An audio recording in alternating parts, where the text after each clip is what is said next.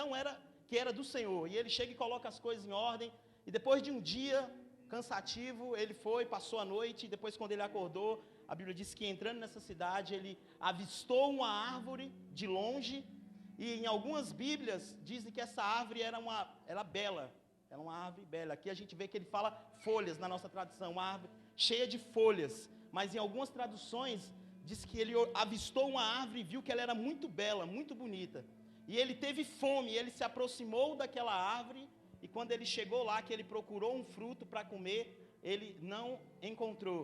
E então ele destruiu aquela árvore foi destruída. Nós entendemos que, através da palavra, Deus ele não só tem mudado a nossa mentalidade, mas Ele tem nos revelado algo que realmente tem vindo do trono de glória dEle. E graças a Deus que Deus tem dado discernimento, Deus tem nos ensinado que a sua palavra, ela não é algo religioso, não é religiosidade, não é algo que nos prende, muito pelo contrário. A palavra de Deus, ela nos liberta, nos leva a um nível de entendimento para que nós possamos viver racionalmente conforme o Espírito vai ministrando nos nossos corações. E aí nós conseguimos andar, nós conseguimos caminhar. Mas é importante ressaltar, e eu quero que você entenda que essa árvore que Jesus avistou de longe, é a mesma árvore que hoje ele continua olhando. É a mesma árvore que está aí sentada na sua cadeira, né? É a mesma árvore que hoje está aqui nesta noite, ouvindo uma palavra não minha, mas do Senhor. E algo que Deus quer fazer na igreja é mudar as características de algumas árvores, que elas não podem e não devem mais permanecer no nosso meio, de forma alguma. A primeira coisa que Jesus olha e ele avista aqui, ele disse que viu uma árvore, ele viu muitas folhas, e ele sentiu fome.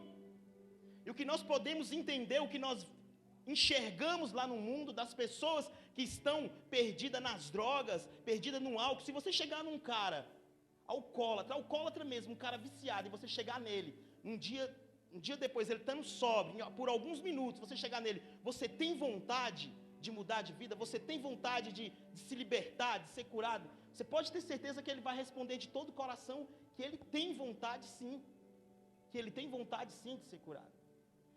Existe algo que atrai as pessoas, que vai atrair as pessoas para perto de nós, é quando simplesmente elas conseguirem enxergar em nós não somente uma beleza exterior, uma beleza poldada, uma beleza formada, muitas das vezes pela nossa situação, muitas das vezes pelas nossas atitudes.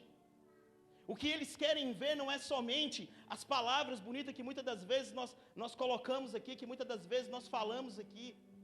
O que as pessoas lá fora elas têm é fome.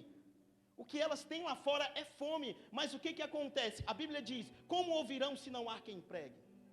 Né? Como serão salvos se não há quem leve a palavra? O mundo lá fora, eles têm fome. Eles têm fome de algo. Né? Você vê que as pessoas que seguem diversas religiões, eles querem alguma coisa. Eles querem se alimentar de alguma coisa. Eles creem em alguma coisa. Eles creem em alguma coisa. E há uma luz poderosa, há uma ativação poderosa que Deus está liberando e liberou sobre mim, sobre a sua vida.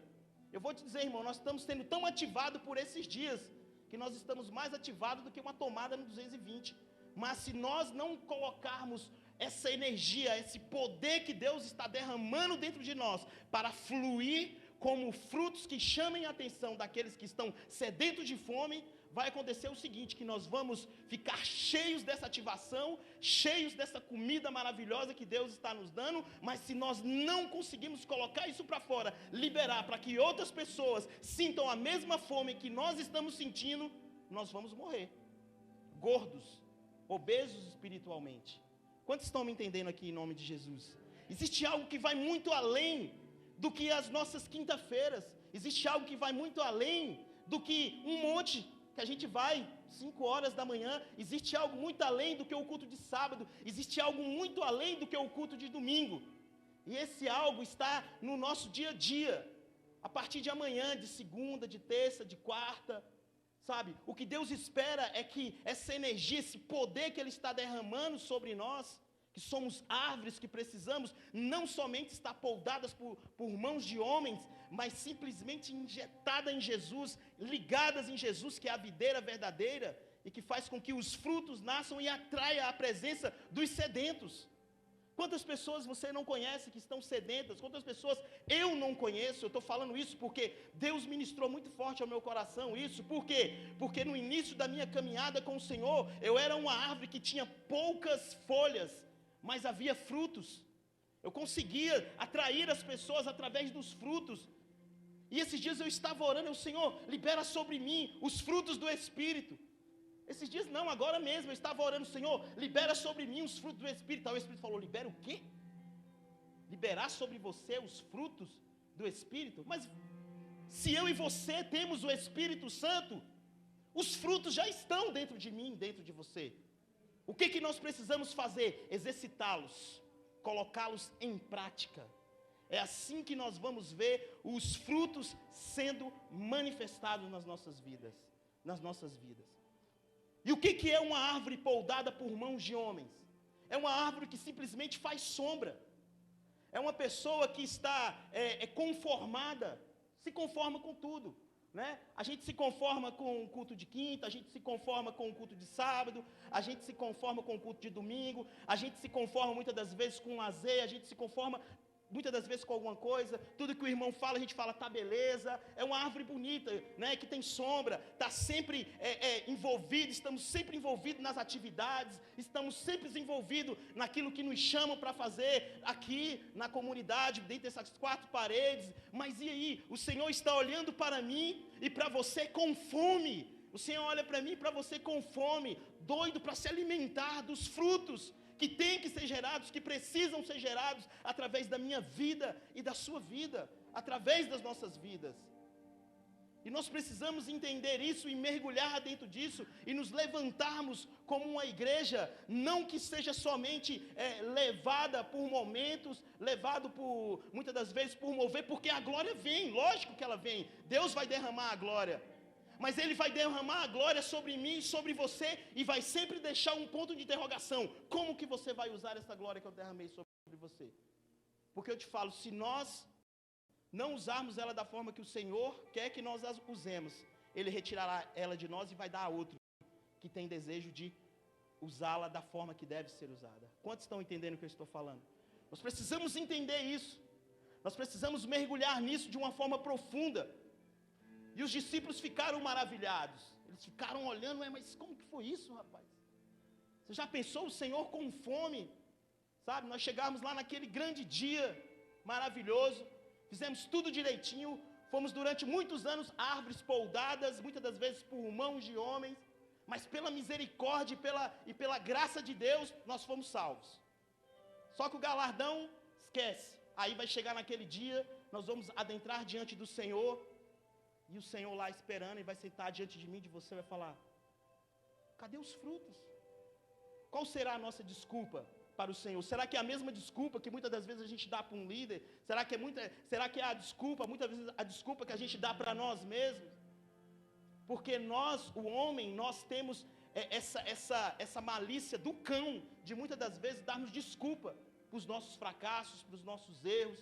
Ou seja, nós muitas das vezes criamos nomes para o pecado. Muitas das vezes nós criamos coisas, por quê? Porque nós não conseguimos entender a dimensão das coisas. Pois nesta noite, meu irmão, eu creio em nome de Jesus, que nós vamos deixaremos de ser poldados por mão de homens, e seremos poldados pelo Espírito Santo de Deus. Deus vai nos abrir, Deus está nos abrindo, e colocando em nós um sentimento profundo, de fome, de sede, para que nós possamos ir adiante, e manifestarmos tudo isso. Agora é o seguinte, o Espírito Santo já está dentro de mim, dentro de você.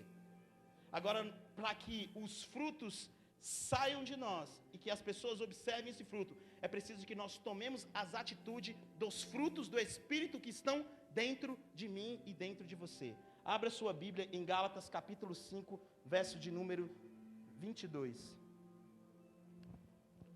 Aleluias. Gálatas capítulo 5, verso de número 22.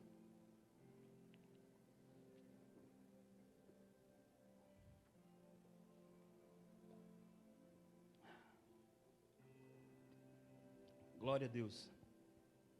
Gálatas 5, 22. Todos encontraram?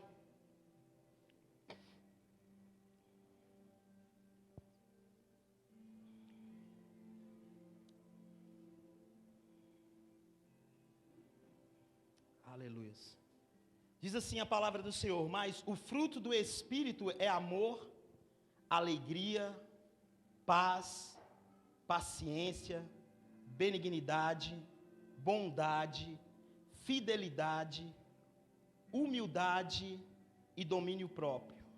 Vou repetir: mas os frutos do Espírito é amor, alegria, paz, paciência, benignidade, bondade, fidelidade, humildade e domínio próprio. Aleluia. Durante muitos anos, é por isso que às vezes a gente é pego assim, né? A palavra do Senhor diz assim que nós não sabemos orar como convém, mas é o Espírito Santo de Deus que nos ensina a orar.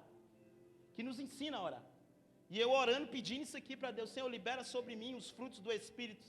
Aí o Espírito Santo vem e fala: não, mas como é que você quer que eu libere algo? Se você tem o Espírito Santo dentro de você, esses frutos, eles precisam estar dentro de mim e dentro de você. E a boa árvore, ela começa simplesmente manifestando um dos frutos do Espírito. E Deus aqui, ele já começa, o Senhor ele já começa logo com o amor. Porque o amor é a porta para que nós possamos conquistar as pessoas, para que nós possamos fazer com que as pessoas se acheguem a nós. Eu posso até ser radical em te dizer: façam com que as pessoas lá fora primeiro se convertam a você, para que depois elas se convertam a Cristo. E como isso vai acontecer? É através do amor, é através da atitude, da disposição que a gente tem de muitas das vezes ir na casa de um amigo que está precisando, da disposição da gente muitas das vezes sair do nosso conforto, ou até muitas das vezes tirar de nós mesmos, de dentro da nossa casa, para ajudar uma pessoa necessitada, um irmão necessitado. O mundo, ele precisa de amor, as pessoas precisam de amor, sabe? O que a gente mais vê são as pessoas sofrendo, por quê? Justamente pela frase de um dos livros que o Juliano leu, né? Que o livro dizia o seguinte, que as pessoas, né, foram feitas para serem amadas, e as coisas para serem usadas. Mas o que o mundo faz? Ele ama as coisas e usa as pessoas. A primeira ativação, a primeira coisa que Deus diz para mim e para você nessa noite é que, além de sermos boas árvores, lindas, poldadas, nós precisamos ter dentro de nós, a primeira coisa, a manifestação do amor. A manifestação do amor. Enquanto nós não manifestarmos esse amor, mas não é um amor hipócrita, não é um amor acusador, não é um amor julgador, não é um amor que condena, porque quem julga é quem salva. Quem julga é quem salva. Jesus, ele tinha 1000 motivos e ele tinha autoridade para julgar quem ele quisesse. Quem ele quisesse.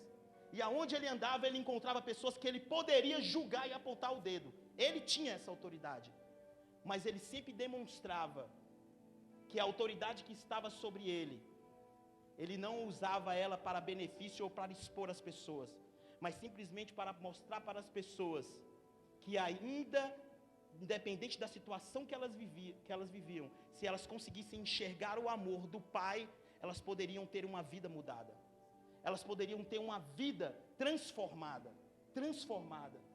É por isso que essa questão do testemunho, ela é muito forte, porque o testemunho de Deus nas nossas vidas é o amor. É o amor. Os fariseus, certa vez, pararam Jesus e queriam que Jesus fizesse um milagre para Jesus provar se ele era Deus mesmo, se ele era Jesus. Está lá no Evangelho de João. Aí Jesus fala bem assim: não, eu cansei, eu não preciso mais provar nada para vocês, pois as minhas atitudes testificam ao meu favor, e o meu Pai que está no céu responde por mim. E o meu Pai que está no céu responde por mim. Então, como que isso é manifestado? Através do amor. E, consequentemente, se há amor no nosso coração, também deve haver alegria. Também que tem que ter a alegria. A alegria de se dispor.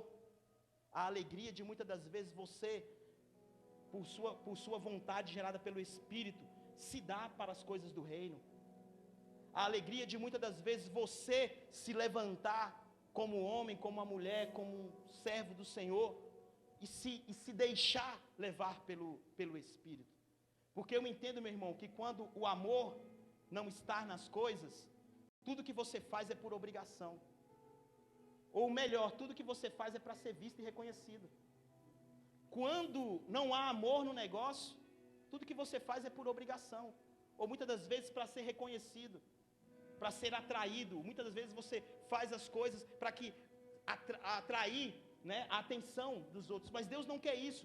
Deus quer que nós manifestemos o seu amor através da nossa atitude, para que em seguida então a alegria do Espírito possa fluir naturalmente através das nossas vidas, sabe? E é triste, irmãos, a gente falar que muitas das vezes hoje as pessoas estão dentro da igreja, mas falta amor, falta alegria, sabe? Falta, muitas das vezes, desmotivadas. Mas desmotivada por quê? Porque se Deus está nos motivando, se Deus está nos ativando, por que essa desmotivação? Sabe? Por quê? Onde está a alegria do Espírito Santo? Aonde está a alegria? Aonde está a vontade, sabe, de fazer algo não para que o homem reconheça, mas para que Deus reconheça? Quantos estão me entendendo aqui? Amém? Porque, irmãos,